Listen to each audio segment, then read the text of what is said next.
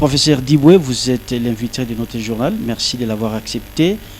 L'uranium de Shinkolobwe a servi à la fabrication de la bombe atomique qui a été larguée au Japon. D'abord, pourquoi le choix de Shinkolobwe?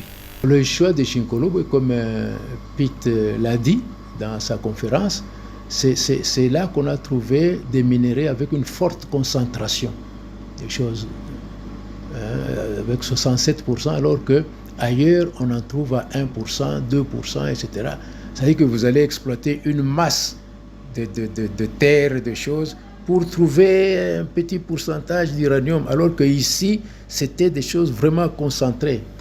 Bon, pourquoi ça? C'est-à-dire qu'ils doivent avoir fait des études, une cartographie des endroits où l'on extrait le minerai dans le monde, et puis voir la teneur, et quand on arrive là, on dit c'est là, et on prend. Et puis, ici, c'était une colonie, donc ça ne dépendait pas de la volonté des Congolais qui ne savaient même pas à quoi servait l'uranium, etc.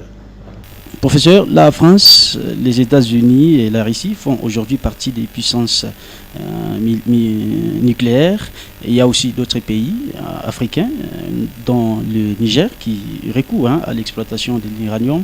Est-ce que la RDC peut aussi le faire pour peut-être défendre aussi l'intégrité de son territoire?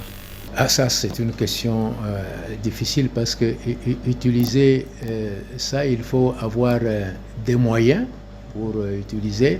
Évidemment, extraire ces choses. Il faut avoir des moyens pour maintenant passer jusqu'à la fabrication de la bombe. C'est tout un processus et on n'a pas l'équipement suffisant pour ça.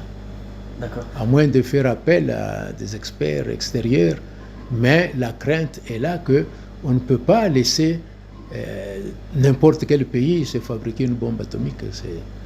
C'est mettre en péril les choses, l'équilibre, je pense. Je ne sais pas, oui. Merci, professeur, d'avoir répondu à nos questions. Je vous en prie.